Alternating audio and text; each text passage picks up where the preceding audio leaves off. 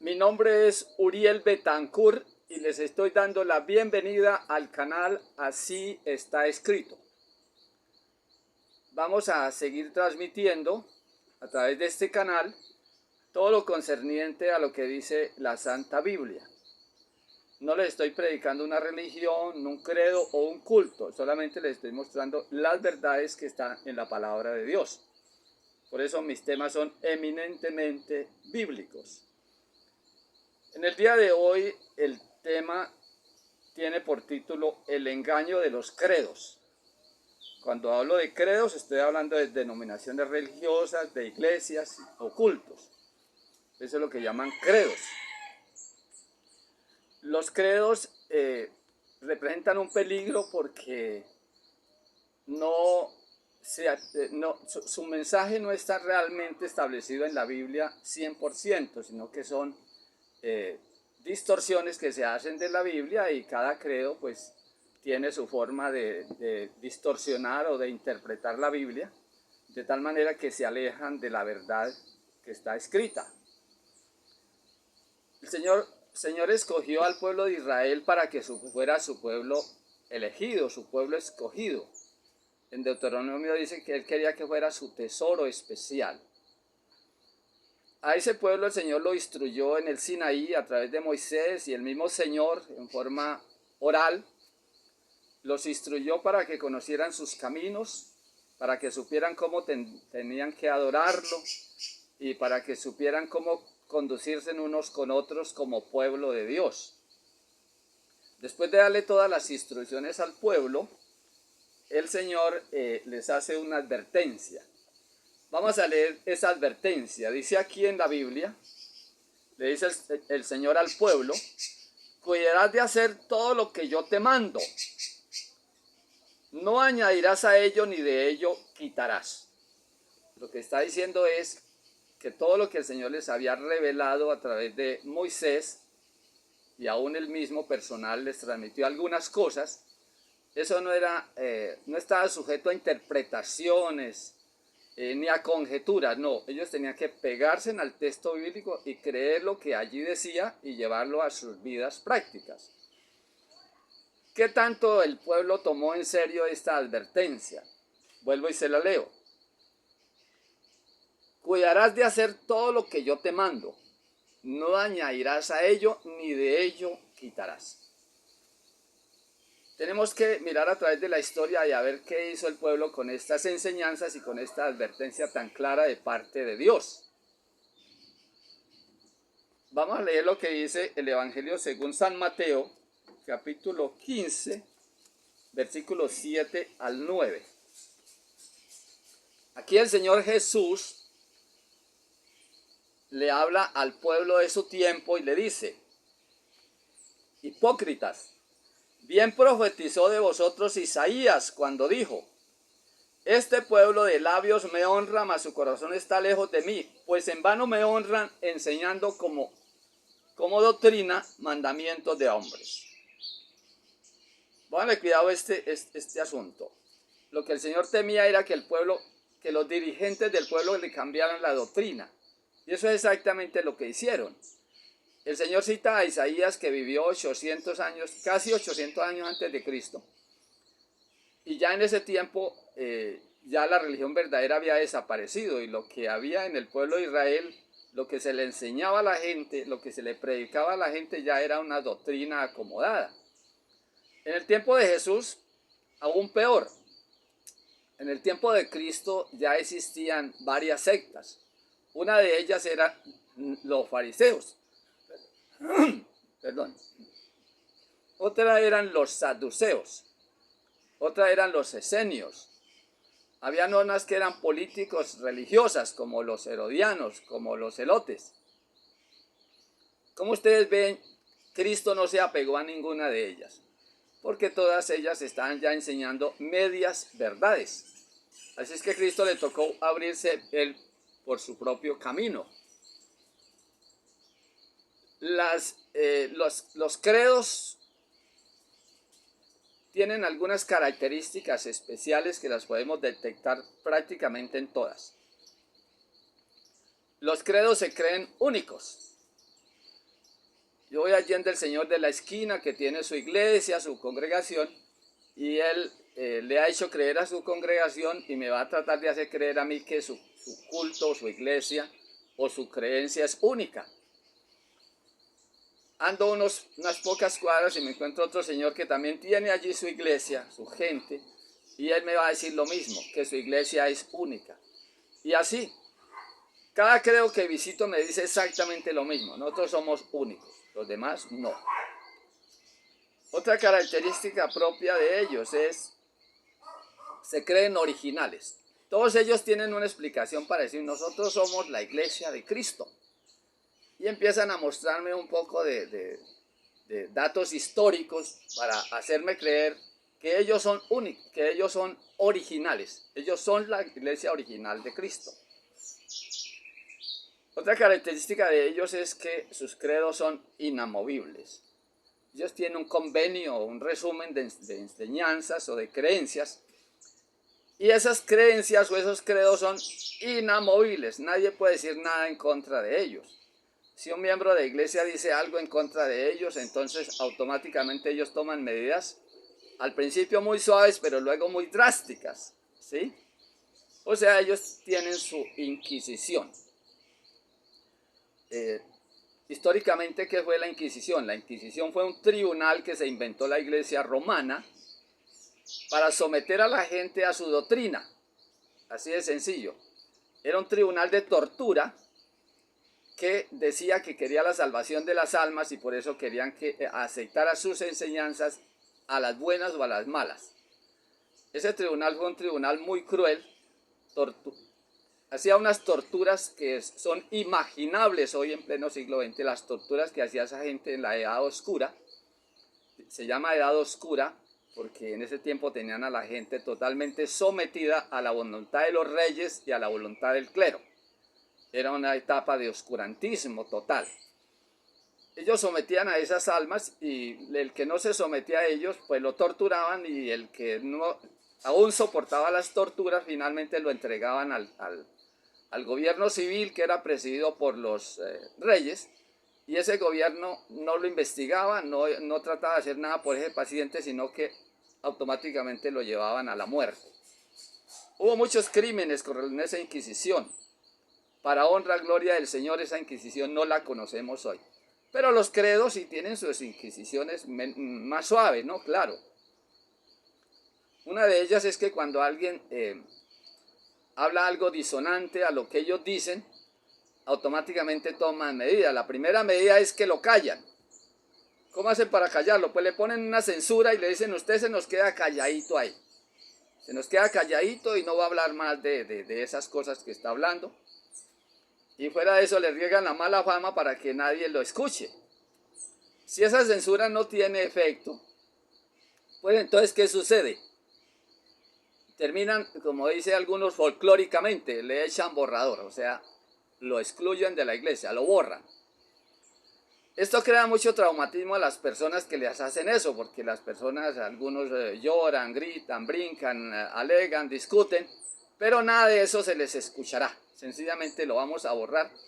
Y la gente lo hace por ignorancia, porque temen de que al borrarlos allí, también Dios allá está borrándolos. O sea que el Señor está allá en el cielo y en tal religión borraron a fulano, entonces bórrenlo a usted ahí también. Eso se llama ignorancia. Eso no sucede, porque Dios no anda en consonancia con lo que hacen los hombres aquí en la tierra. Bueno, los primeros que desde el mismo monte Sinaí ya empezaron los sabios, entre comillas, ¿no? Los sabios, los teólogos, los hermenéuticos, a tratar de cambiar la doctrina. Esto lo vemos en Nadab y Abiú. ¿Quién fue Nadab y Abiú? Nadab y Abiú eran hijos de Aarón y Dios los nombró para que fueran sus sacerdotes. Óiganlo bien, Dios los nombró para que fueran sus sacerdotes. Esto que hay ahorita de sacerdotes o de pastores, yo no sé quién los nombrará, pero a Nadab y Abiú sí los nombró directamente Dios. Esta historia está en Levíticos capítulo 10, ahí está la historia de estos muchachos. Entre las muchas cosas que tenían que hacer allí, las ofrendas que tenían que presentar en el santuario, en lugar del pueblo se presentaban los sacerdotes. O sea, los sacerdotes estaban ahí como de intermedio entre Dios y el pueblo. Ellos tenían que ofrecer el, el incienso en la mañana y por la tarde.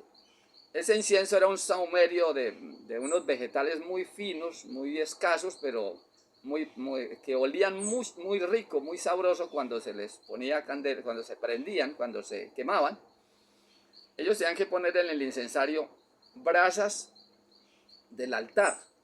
El Señor les dijo, lo van a quemar con brasas del altar, porque es que a la entrada del santuario había un altar, ahí donde ofrecían las ofrendas que le traían al Señor las quemaban allí, y ahí permanecía el fuego constantemente, todo el tiempo había fuego. Y el Señor les dijo, de ahí van a sacar brasas, le echan al incensario, luego entran y cuando estén allá en el santuario, dentro del santuario, entonces le echan el incienso y lo van a quemar ahí para que sea olor grato al Señor. Ellos tenían que hacer eso, ya les dije, mañana y tarde. Estos jóvenes, según Levíticos, según da a entender Levíticos, estos muchachos estaban por ahí un día tomando vino. Los israelitas tomaban vino y posiblemente tomaron un vinito un poco fuerte y duraron un tiempo tomando este vino.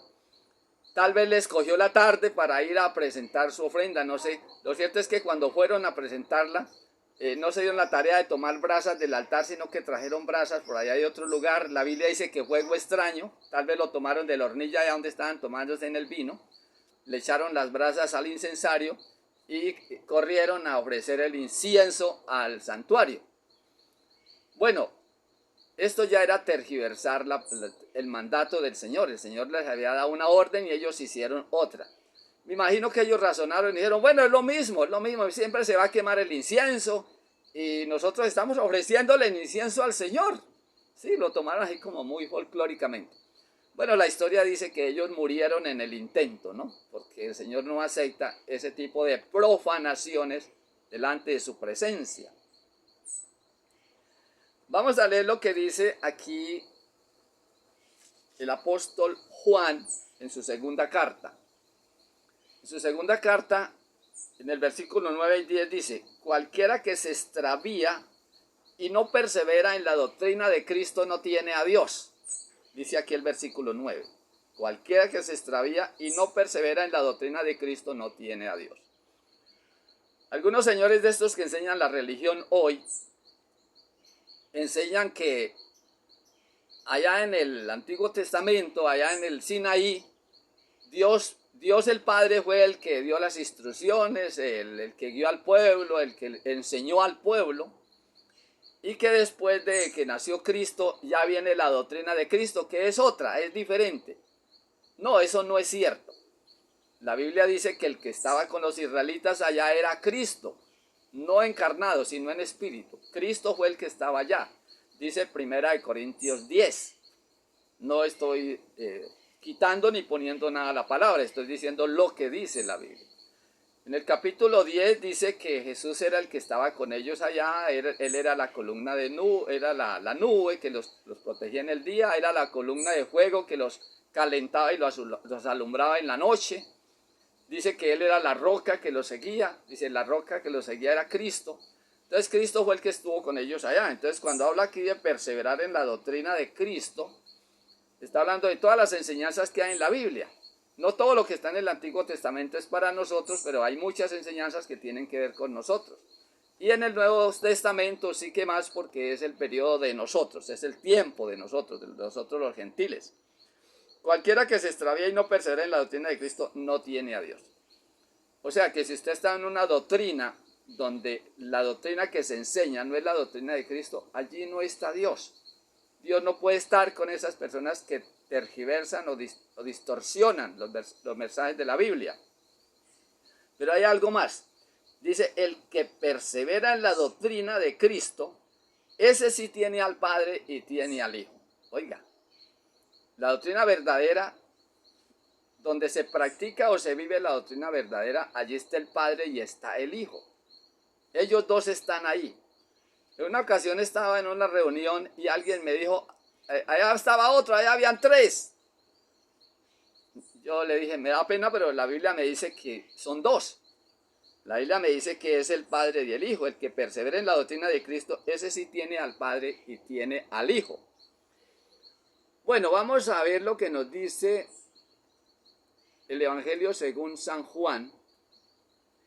Perdón, San Lucas 10:22. Vea lo que dice, nos dice San Lucas 10:22. Todas las cosas me fueron entregadas por mi Padre. Pónganle cuidado que aquí siguen apareciendo los mismos dos personas divinas.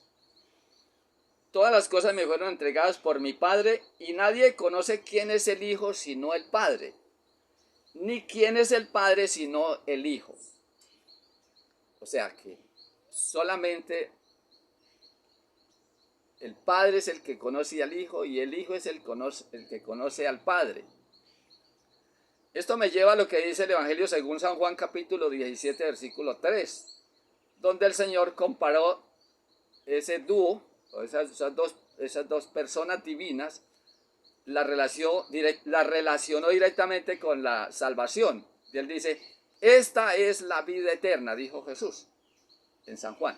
Esta es la vida eterna, que te conozcan a ti, el único Dios verdadero, y a Jesucristo a quien has enviado.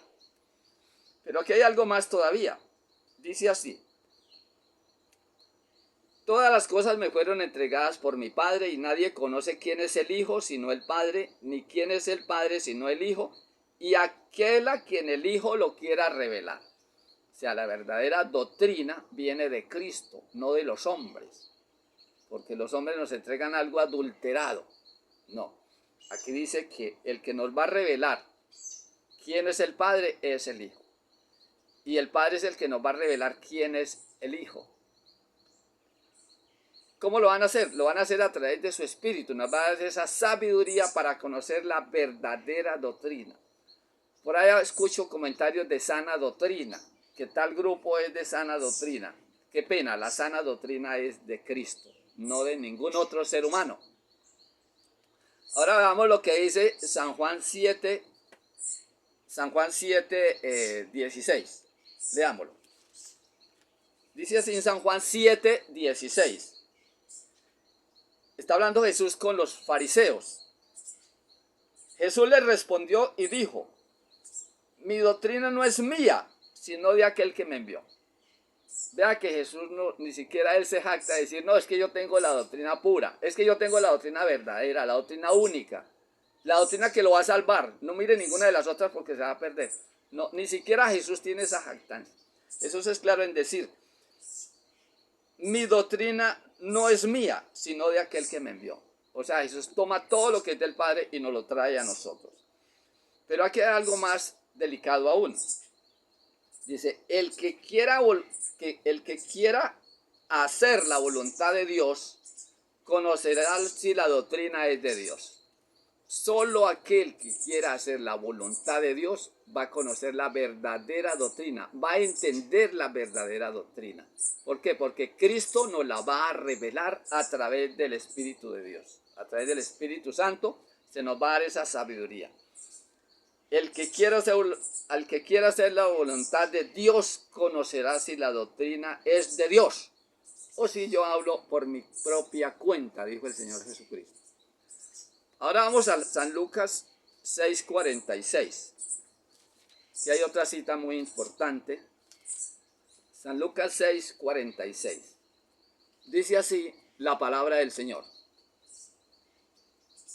Le dice el Señor a sus contemporáneos, al pueblo que le escuchaba, les dice: ¿por qué me llamáis Señor, Señor?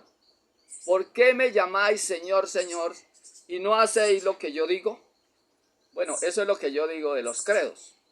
Los credos dicen Señor, Señor, claman Señor, Señor, pero no hacen lo que el Señor dice. ¿Cómo lo sabemos? Porque cuando leemos la Biblia, cuando Dios empieza a darnos luz y sabiduría, nos damos cuenta cómo se mezcla la verdad con el error. Ya nosotros tenemos suficiente bagaje cuando estudiamos mucho la Biblia. Y yo le digo a la gente, le digo a mis oyentes, no lean la Biblia. No lean la Biblia. Entonces la gente abre los ojos y queda mirando, pero ¿qué es lo que está diciendo? Nos habla de la Biblia, nos dice que no lean la Biblia. Es que Jesús no dijo que leyéramos la Biblia. Jesús dijo escudriñar las escrituras. Es una cosa diferente. Una cosa es leer así desprevenidamente, lea, como leyendo la revista Semana o como leyendo cualquier periódico, como leyendo un libro de cualquier escritor. No, la Biblia no se lee así.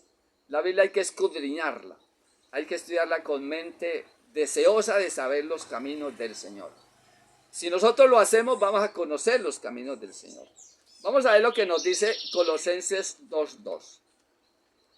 Aquí en Colosenses 2.2 hay una enseñanza maravillosa en este libro. Quiero decirles una cosa, que yo durante mucho tiempo ignoré el libro de Colosenses, y el libro de Colosenses tiene una riqueza espiritual maravillosa. En Colosenses 2.2, Colosenses eran los habitantes de una ciudad que se llamaba Colosas. Los que vivían en la ciudad de Colosas se les decía colosenses. Entonces a estos ciudadanos les está escribiendo el apóstol Pablo y les dice: para que sean consolados sus corazones, unidos en amor. Una característica que no vemos hoy es el amor, ni aún en aquellos lugares donde se pregona el amor. ¿Por qué? Porque es que el amor es un fruto del Espíritu Santo. El amor no es que yo deseo amar, me pongo a amar, voy a amar a todos mis hermanos, no. Eso solo se manifiesta cuando el Espíritu de Dios está obrando en las personas, se manifiesta el amor. Entonces cuando él dice unidos en amor, o sea, si nos unimos en amor, se van a manifestar algunas cosas maravillosas en nosotros los que creemos en los caminos de Dios. Dice: unidos en amor para alcanzar todas las riquezas de pleno entendimiento. Cuando nos unamos en amor, Dios se va a manifestar dándonos mucha sabiduría, mucha inteligencia. La luz de Dios va a iluminar nuestras mentes entenebrecidas por el pecado, las va a iluminar y nos va a permitir ver la luz que verdaderamente lleva a salvación. Porque los credos nos hacen creer, nos hacen pensar, o nos dicen más bien, que ellos son la solución. Mire, si usted está matriculado aquí en esta iglesia, usted está salvo. Y el de allá nos dice lo mismo y el otro nos dice lo mismo. Ese no era el plan de Dios, que proliferaran todos esos credos, iglesias ocultos en el mundo. Eso no es plan de Dios. Eso es plan del enemigo de Dios y eso se llama confusión. Aquí sigue diciendo el apóstol Pablo: para que sean consolados sus corazones unidos en amor hasta alcanzar todas las riquezas de pleno entendimiento, a fin de conocer el misterio de Dios el Padre y de Cristo. Oiga, ¿a quiénes tenemos nosotros que conocer para ser salvos? A Dios el Padre y a Cristo su Hijo.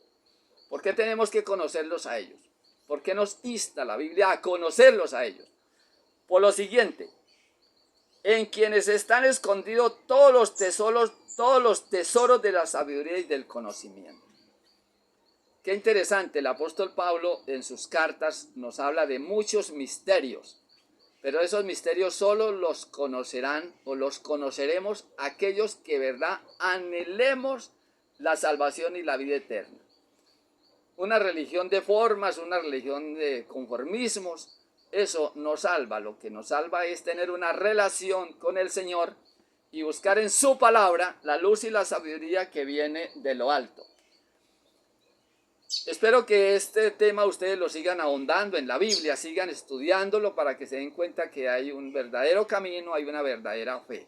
Si les gusta el tema, esperamos que le dé clic allí en me gusta, de pronto nos haga un comentario. Bueno, quisiéramos tener más contacto con aquellas almas que quieren verdaderamente encontrar la verdad eterna, que no está en ningún lugar, que no está en el señor teólogo, en el señor que sabe hermenéutica, porque ellos lo que hacen es interpretar las escrituras. La escritura está aquí, y así como el Señor le dijo a los israelitas: les doy la palabra y no le pongan ni le quiten. Ojalá nosotros hagamos eso si verdaderamente queremos conocer y entender la mente de Dios. Muchas gracias por su atención y espero que Ojalá compartan este mensaje, si les gustó compártalo con otros, dígale, mire lo que dice la Biblia. No lo que dice Uriel Betancourt, no, mire lo que dice la Biblia. Eso es lo que yo quiero que ustedes hagan, que entiendan que no soy yo, sino la Biblia la que les debe hablar a ustedes. Bueno, será hasta una próxima ocasión.